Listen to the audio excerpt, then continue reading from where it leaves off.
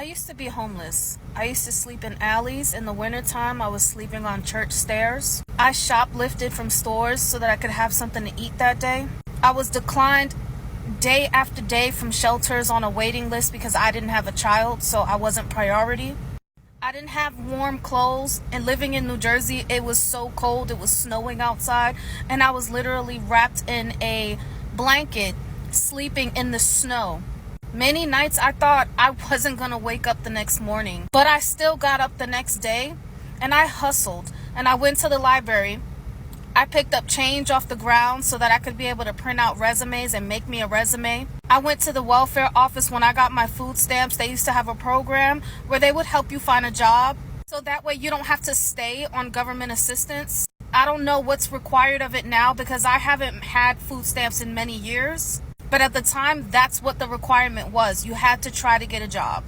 I took advantage of every resource that I could find. I sat down with the welfare caseworker and I begged her to help me find anything that could help me get out of my situation. She sent me to work centers that would help with building my resume, and they would sit down and help me with interview skills. And every day I went to an interview.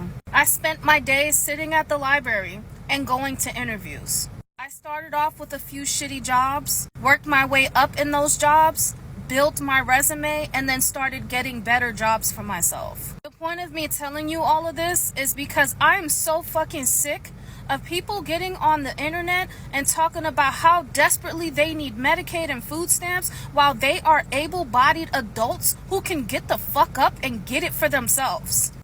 Yo, she literally just summed up the video. I don't even think it's any more that we need to see, but I'm definitely going to get to the rest of the video.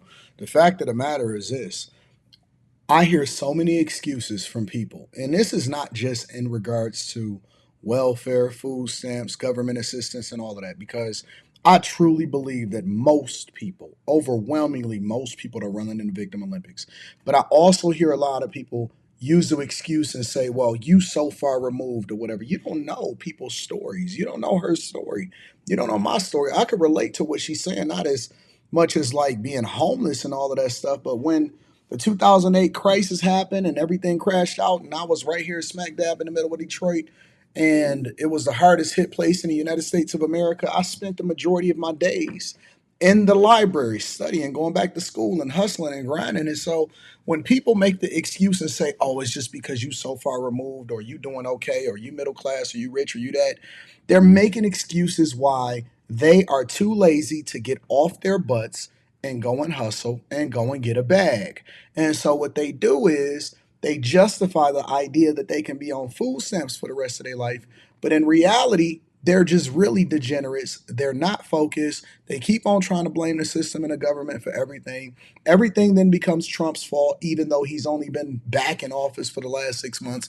And they have opportunities, jobs. I mean, for God's sakes, we live in the greatest country in the United States of America.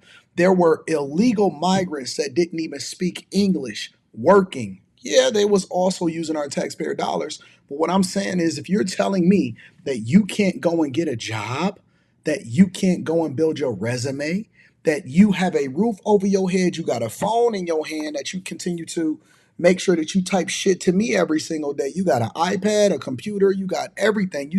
And you live with your mama, and you telling me that it is impossible for you to do 20 hours of work, or for you to re-enroll in a local community college, or for you to go and get a skilled trade, or for you to go and do some volunteer work in order to justify still being on food stamps and government assistance. And see, here's the thing that Trump did. He basically required y'all to be able to work 80 hours a month, not a week, not every 2 weeks, to put in 4 hours a day, 5 days a week, and you still got your weekends in order for you to still be able to qualify for government assistance.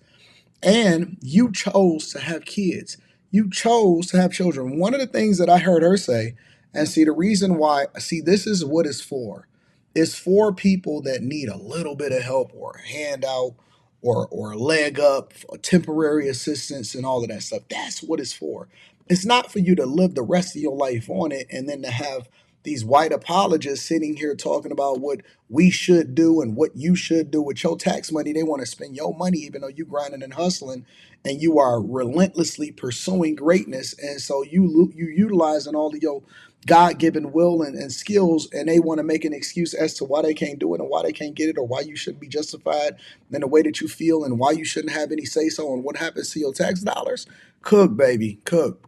I was getting $7 an hour working at Payless, and I saved up every dollar so that I could afford me a down payment on an apartment in New Jersey. And I was 19, 20 years old at the time. Yeah, going through it. I struggled so hard every day that I was able to say this. I looked at myself and I said, when I get out of this situation, I will never go back. I'm just so sick of the She didn't say if, she said when I get out of this situation.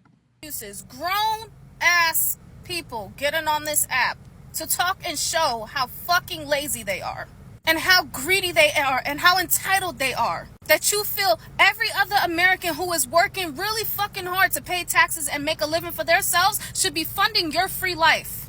No fucking way.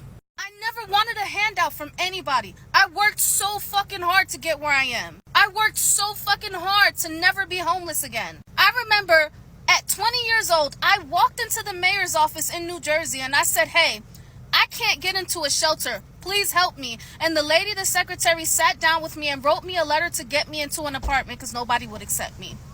They had a program in New Jersey where you could get a one-time payment for I think it was $1,300 to get a down payment for an apartment, and I kept getting denied. I went everywhere, and I went back to that place almost every other week to keep begging them to give me this deposit. Now, I saved up majority of my deposit, and they basically just matched me. But that lady got me that deposit because I was so persistent. Y'all are just so fucking lazy. Yeah, I agree. And it disgusts me. It really does. It disgusts me. And people, it's so funny because they'll get mad at me. And I'll just tell you, honestly, it doesn't matter what day of the week it is, Monday through Sunday. It doesn't matter what I have on my slate, what business I got to take care of, what doctor's appointment that I need to do, if I need to go and assist my daughter or go up to her school or something like that.